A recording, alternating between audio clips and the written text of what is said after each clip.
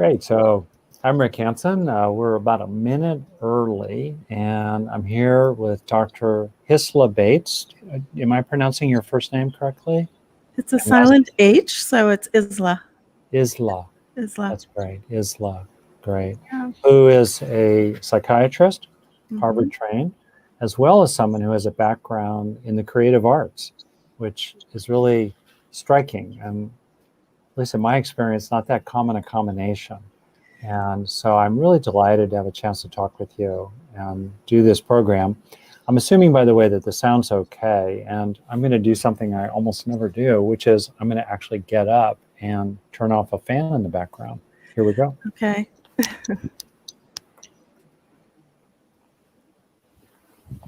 It's a hot day here in Northern California, and I've got the window open. Yeah. Well, I've got the air conditioner on. Can you hear that, or is it okay? It's just fine. It's perfectly fine. Yeah, great. So how's this time been for you?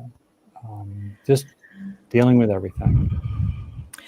Well, it started with the pandemic. Yeah. And that was challenging in the beginning, especially being in New York City and, having my colleagues who were on the front line give me very graphic descriptions of what was going on in the emergency rooms and in the ICUs. And so it was quite intense. And I didn't realize how anxious I was. I was incredibly anxious during that time. The sirens would go off every 15, 20 minutes, like clockwork. Yeah. It was a bit scary, and I was also alone, So it was really challenging. And now that things are a bit calmer, I feel less anxious. It's almost like a universal anxiety that we all had to deal with in the city. Yeah. I feel like I have a chance to ask someone who has a lot of practice and also teaches people how to practice, how to engage the mind skillfully. If I could ask you, and feel free to turn about, both ways here. How did you practice? What were your key practices in dealing with that anxiety? So I actually got more in touch with my art. I would draw more. Drawing is something that relaxes me and calms me down. I joined some workshops. I did a Quaranzine, which is like a mini magazine where we, got prompts in terms of questions, and then we had to make drawings about being in quarantine and what that was like. And that was fun. I had to meditate from time to time. Meditation has been something that, has been a lifesaver for me. And I wish I had been doing it from a very early age, but I only started really meditating about 5 years ago. So it's still relatively new for me, but very important. And just keeping connected as much as I could. How about you? A lot of things, including about anxiety. And one of the central ones for me is this, what I call or feel, finding your footing, which goes to my kind of physical background in wilderness and rock climbing. When a storm is coming and you can't see what's around you, you're like in a whiteout, find your footing, slow it down, stabilize, establish a secure base, thinking in terms of, attachment theory in young children as well. And then you can launch from there, but find your footing.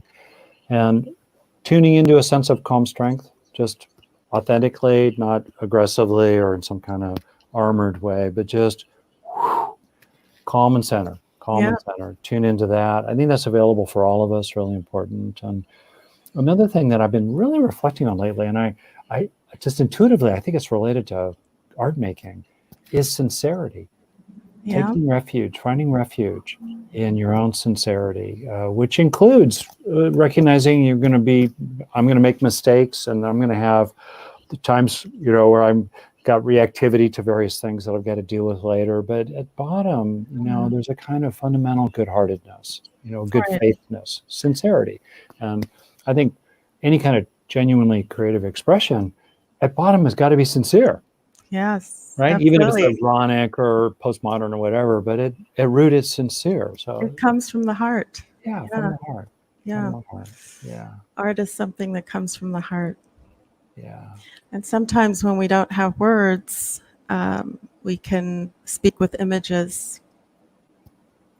Yeah. I wonder how it worked for you to engage or to help with anxiety, and maybe what you've seen or perhaps could suggest for others as a way to orient to this time. Mm-hmm. Well, there's something called Zentangles, which are drawings, meditative drawings that one can do. And there are lots of YouTube videos on Zentangles. So I do variations of that. It's also a way for people who don't have much of training or skill in the arts to actually come out with something beautiful. And I could probably show you one or two because they're very simple line drawings. I don't know if you can see that. Yeah, definitely. Yeah. Oh. So they're very simple, repetitive lines, but actually they help you get into a state of flow. So in positive psychology, Mihai Csikszentmihalyi is a researcher who talks about flow, and so these drawings help you get into that state of flow or in the zone, basically, and that can really help bring in the parasympathetic nervous system and get us to calm down and have that relaxation response that we all need to lower our stress levels. Yeah. I think, so my own background, we were chatting briefly before we started. So I've done therapy twice on the receiving side. And one of those was an exploration with a Jungian analyst of my dreams, which was a profound exploration. And it got to the point where I was recording my dreams when I first woke up. And I had such recollection of my dreams, I could spend the next half hour in a summary way writing them down, describing them, and recording them and reflecting on them. And as my therapist said to me, when the unconscious knows that someone is listening, it starts communicating more. And it's funny, as in my own case, someone who's definitely explored a lot the power and usefulness of verbal processing and analytic intelligence and conceptualizing.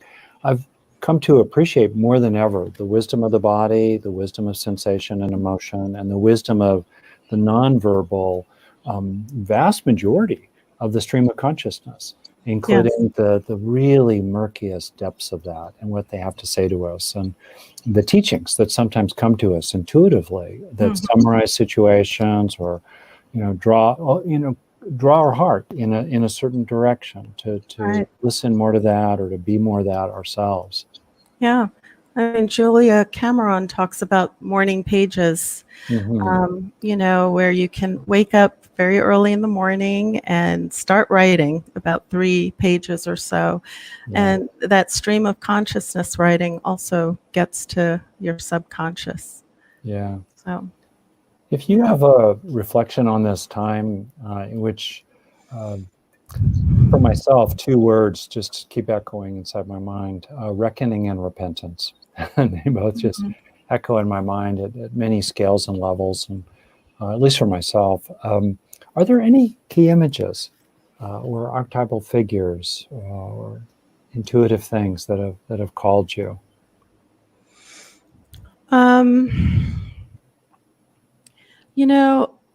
We didn't really talk about the protests and racism and all of that, the other things that are brewing right now. And I think for a long time, I've been very quiet about and silent in some ways about these areas, only with the people who I'm closest to.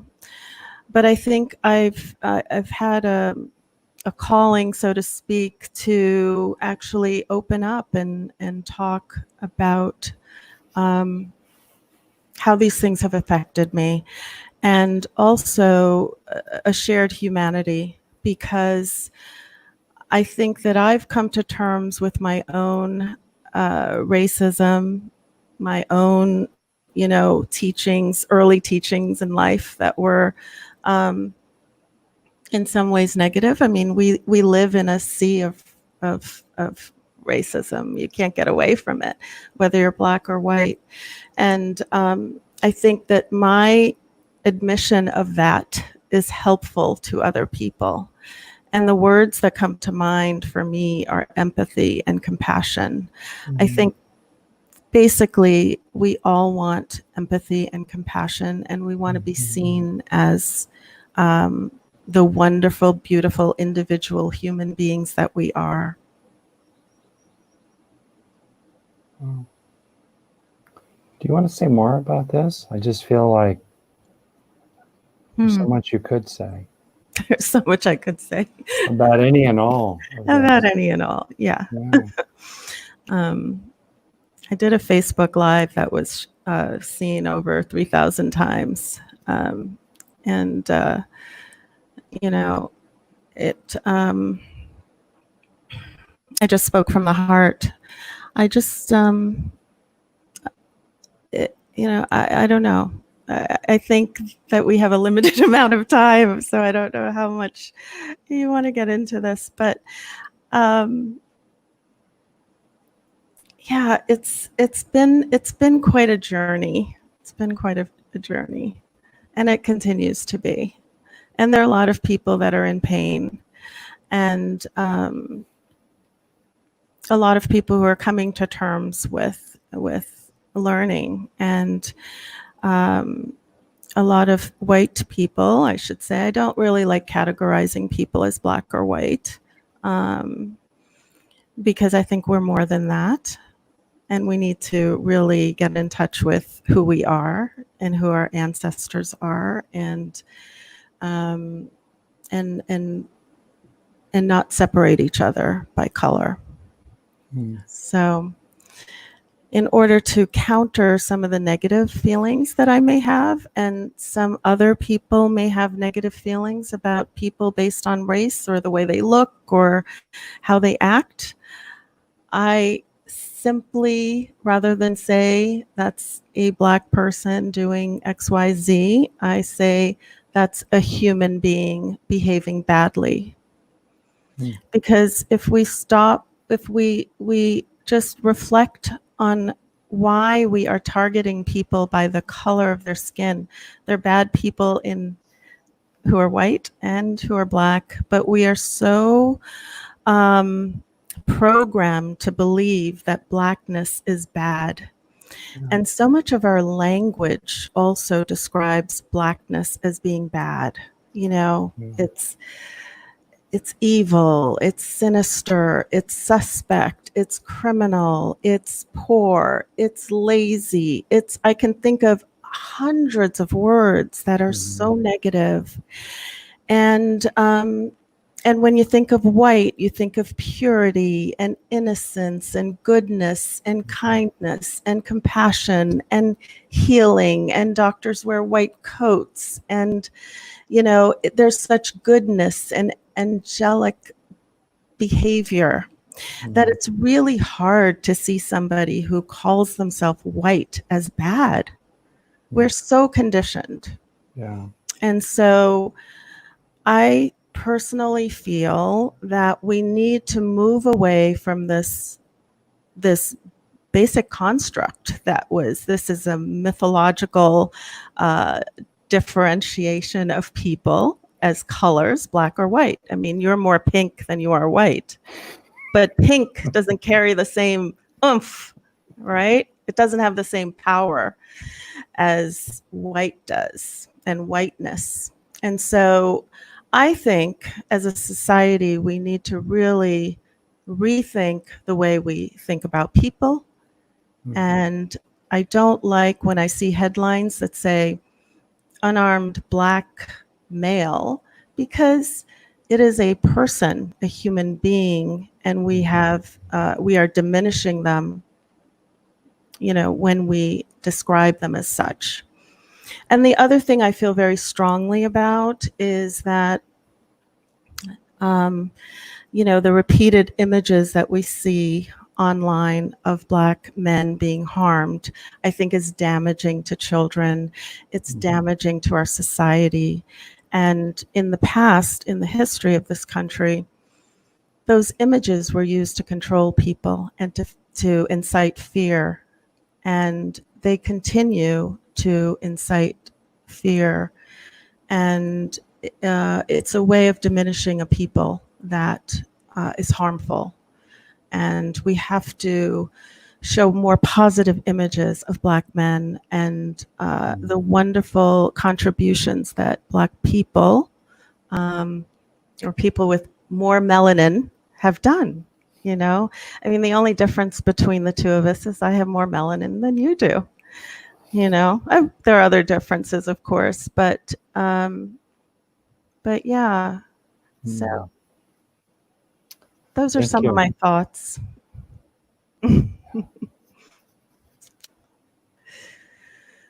So it's funny, since we're talking about it a little bit, one of the key teachers I've had actually was a woman named Carol Hetrick.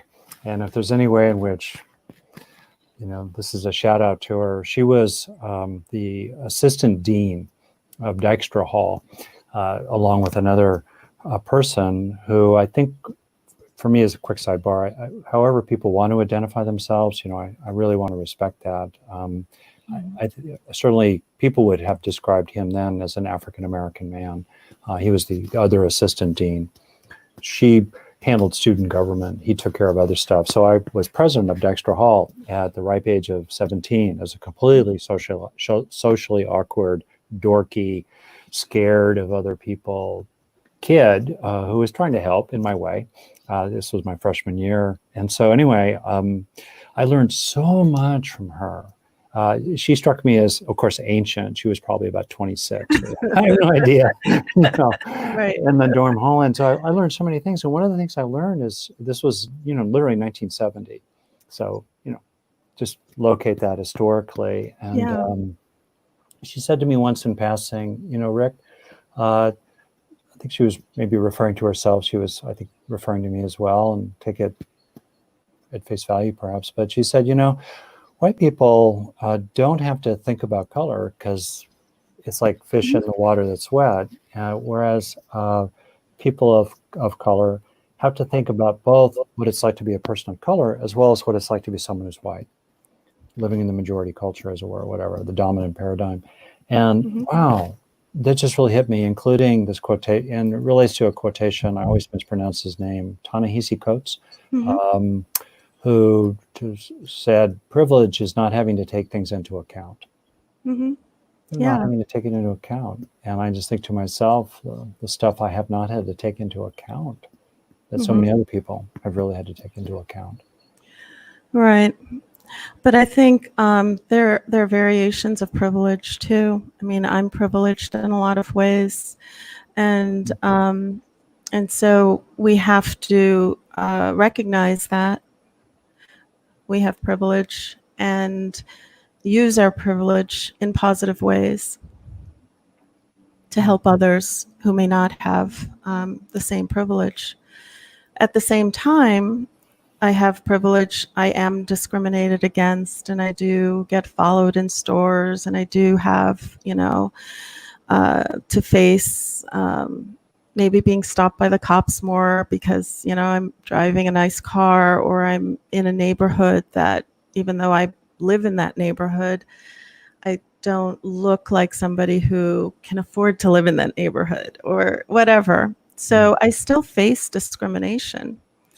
But the privilege that I have might be slightly lighter skin, or, just being able to assimilate in certain environments a little bit better than others, my education and all of that.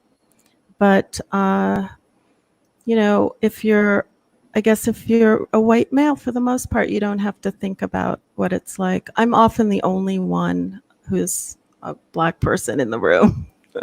So that's, not unusual for me. And I think that you probably haven't experienced, or maybe you have traveled and experienced being the only one. But in the United States, it's kind of uncommon for white people, if we're going to use the term white, to be in environments where they're the only one. Yeah. And it's hard to be the only one if you're the only male, or you're the only gay person, or the only woman. It's kind of hard to be the only one. Yeah. So be nice if people didn't have to think so much about color. Well, you brought up children too, and I could have added you're trained as a pediatrician and a pediatric psychiatrist. Yeah. Thank you. And I wondered if you had any particular comments or offerings for parents with their own kids, or please go on. I just really feel for brown teenagers and children who are growing up, seeing all of the negativity. And as you have written about, the negativity bias is strong. And we really have to figure out ways in which to counter this so that it doesn't do undue harm to children who are growing up fearful of the police. I don't think that's a good idea. I don't think it's a good idea. I know there's probably going to be a gazillion people who disagree with me, but I don't feel like we should be telling our kids to be afraid of the police. It's not a good message. We need to have a message to our police officers to be more cognizant of, police brutality. I know not all police are bad.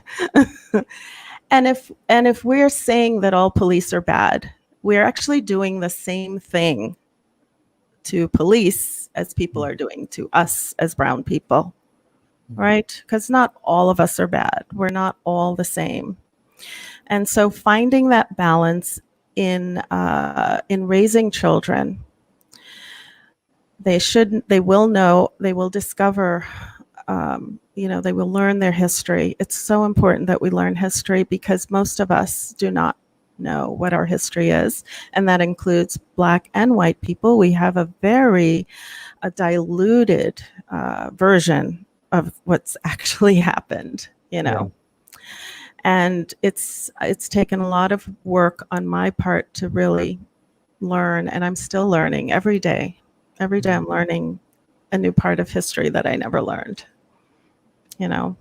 So I think instilling in children their history, their past, the wonderful things the contributions that have been made by African American inventors. There are a gazillion of things that we don't even think about, that we don't even know of the contributions of African Americans. And they're enormous contributions. And so we need to focus on the positive. We need to focus more on positive images. I think more photographers. We need more photographers of color photographing Black dads. We need photographs of young men who are doing great things. And so that's what I want to see shift. So I think that will help. And I think art and creative people are really needed right now to make that shift. Because it's the creative ones that are going to come up with those images that we need to see and the stories that we need to hear. So. Well, thank you. Yeah, also for that. And just my own reflection right there. And what you say that is how we're bound by what we can fail to imagine. Yes, absolutely. Yeah, a sense of possibility, other people, what we know, just that. And one of my own kind of ruminations as I increasingly just reflect in my mid 60s on the life I've had. And before we started, I was quoting a Grateful Dead lyric, "What a long, strange trip it's been." You know, the twisting, turning highway of it all.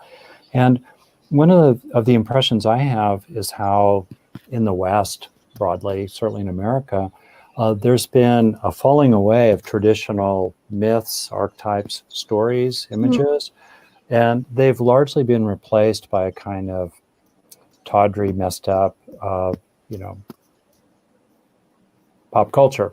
Yeah. It's, I want to shout out to the Lord of the Rings, you know, story and trilogy, and also Star Wars, because I'm like a sci-fi fantasy sort of guy. But I just feel like we're just missing new, good story archetypes, Absolutely. images, fables, you know, stories of moral that have a moral trajectory to them, that have a journey in them of reckoning and repentance. Let's say, and we need more of that, including. You know, learning about other people and what they've been through. Yeah. Absolutely. I mean, I'm personally tired of the slave stories. I've had enough of that. So we need to have the other stories be told and the positive stories. So I could go on. But yeah, I'm actually working on some children's books. Oh, really? Yeah. Working on a few books. I just need to get at least one of them out. It's been like, Oh, well, I really encourage you. It's funny. You know, also one of my reflections lately has just been on refuge. Yeah. Refuge. So if you think, you know, I'm a writer, right? So the 3 R's, reckoning, repentance, and refuge are coming together. And refuges for me as a kid, probably 2 primary refuges. One was nature, wilderness, even the orange groves shading into the hills. And the other major refuge for me was fiction of all kinds, including stories that were just a world for me of positive possibilities. That had to face realities, right? It wasn't just there's no, like, children don't like stories where everything is sweet and wonderful and groovy and blah blah blah. They like stories in which they're monsters, where there's overcoming, there's a real challenge, there's real, you know, you got to deal with it. But you can indeed get to the other side. And so I just kind of wonder maybe what you're working on, or I immediately, my ears perked up when you started talking about stories for kids. Yeah. I'm a kid. I want to read one of them. Yeah, my daughter is actually a fiction writer. Wow. But I'm working on Black inventors and, you know, illustrating and writing. So using, you know, my drawing and writing. And another one about emotions and the heart. Yeah. Is there a Black inventor that really stands out for you? Oh my gosh. Well, I always think of Patricia Bath, who was an ophthalmologist who had 8 patents. She just died in 2019. And her daughter is a child psychiatrist at UCLA. And she was really the one responsible for cataract surgery and laser surgery, laser eye surgery. But she didn't get the recognition but she's got 8 patents, which is pretty amazing. And of course, there's, you know, they're inventors of the traffic light, the filament, you know. All the stuff that we just take for granted. Yeah, exactly. What is it about invention that draws you? I mean, it's creative in a sense. I see invention and innovation as creativity, and I'm very much intrigued by art and creativity. I just think it's the source of everything we do. I mean, our world would be colorless without artists and creatives, and we really need them, and we need to nurture them. Oftentimes, kids who are very creative are misunderstood, you know, and they may or may not have the academics. They may be drawn to the arts, but that's discouraged instead of encouraged. And so I think that's where invention is. George Washington Carver, I'm a little obsessed with, because he was amazing. He was so generative. Oh my gosh. Yeah. The Yeah. little I know of his life, I he mean, was so generative. Yeah. yeah. And he did so many things. He was an artist, a painter, he crocheted. Who knew? Huh, not He was me. more, I mean, he and Henry Ford were looking at alternative fuels, you know, and he was very well respected and sought after. He figured out over 300 uses for the peanut and all kinds of foods and beverages and pretty amazing, things. And the sweet potato. He was obsessed with plants and botany and agriculture, and he was a brilliant, brilliant man.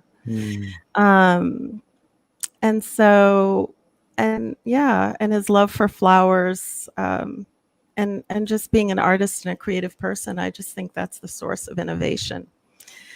So, absolutely. And again, I've worked with kids a lot, so my own background, raised two with my wife, and but when I think about kids and how I love this focus on invention.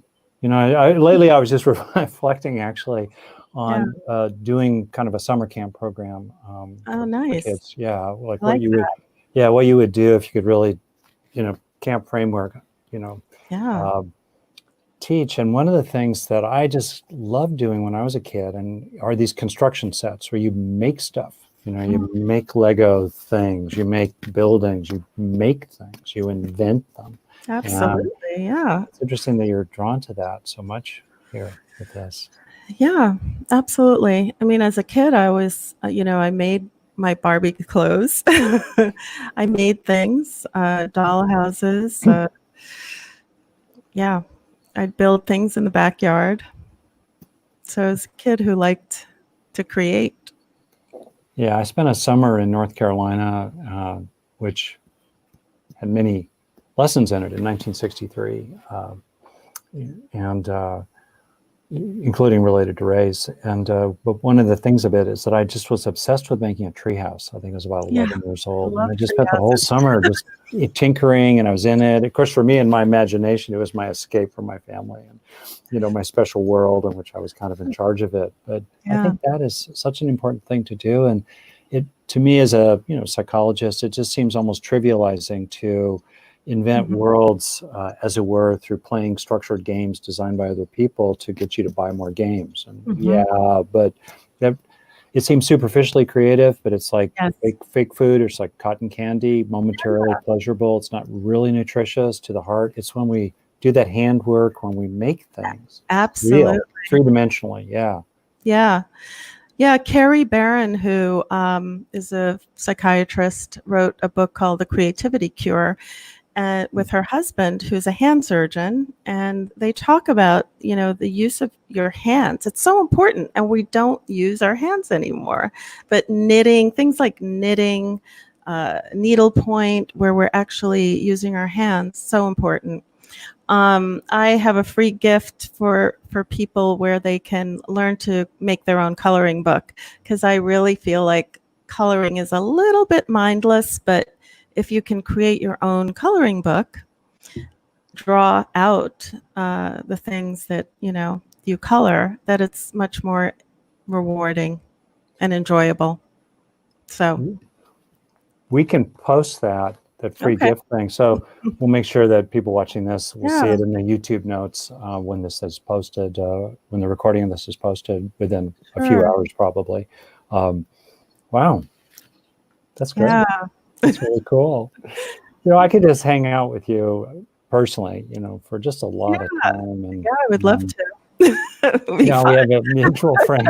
And, we have mutual friends, yes. Yeah, it'd be great to do that.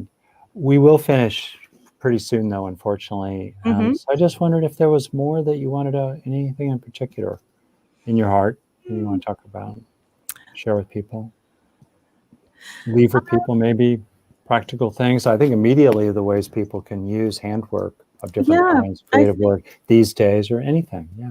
I think what I would say to people is don't be afraid of creativity. It's not a scary thing. Mm. And the World Health Organization has, discovered that art is extremely beneficial. And it's not about the end product. It's really about the process of doing it. That's actually going to help you. It's going to lower stress, and it's going to help your well-being. It will also boost your immune system too, because you'll be feeling good. So that's my message. That's great. Well, really, thank you. And I'm noting as people watching this from Hungary, Poland, Oh, wow. That's amazing. other places around the world, here in North America. Greetings all to you all too, by the way. Yeah, that's beautiful. Yeah. So as we finish, I really encourage people to check out your work, and we'll make sure there are links to your website and to this I'm free also offering. on social media too, Instagram and things like that. So easy to find. Yeah, definitely. Yeah. And thank you. Thank you so Really. much for having me. It was a pleasure. Oh, very much my pleasure as well. And there's much I'm going to take away from this. Really. Thank you. Yeah. Me too. Okay, good. So greetings to everybody, and we're going to greetings and farewell to people as momentarily I end this broadcast. Yeah. Bye, everyone.